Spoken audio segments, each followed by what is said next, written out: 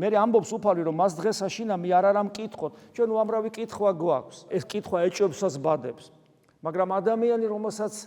გამოცდილება აქვს ღმერთთან ერთობისა მე ყვალად გიხილნე როცა ღმერთი მოგვიხილავს და ჩვენ ღმერთის მოხილვის გამოცდილება არის ჩვენში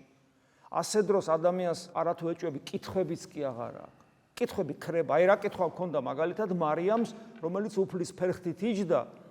და ყველაფერი თავდავიწყებაში იყო რა კითხვა ქონდა მაგალითად რა კითხვა შეიძლება ქონოდა პეტრე მოციქულს რომელიც თაბორის მთაზე უფლიდან გამომთხოვალე ნათელს ხედავდა კითხვები აღარ არის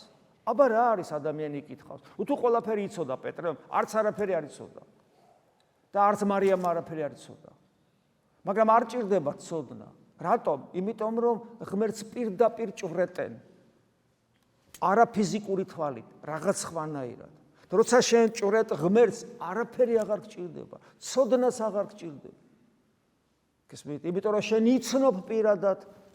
პირად ურთიერთობაში ხარ იმასთან ვინც გალაქტიკები შექმნა გესმით რა შეასაბამება რაში მჭირდება მე რაღაცა სხვა რამე როცა გალაქტიკების ყოველივე ამის შემოქმედთან პიროვნული ერთობა მაქვს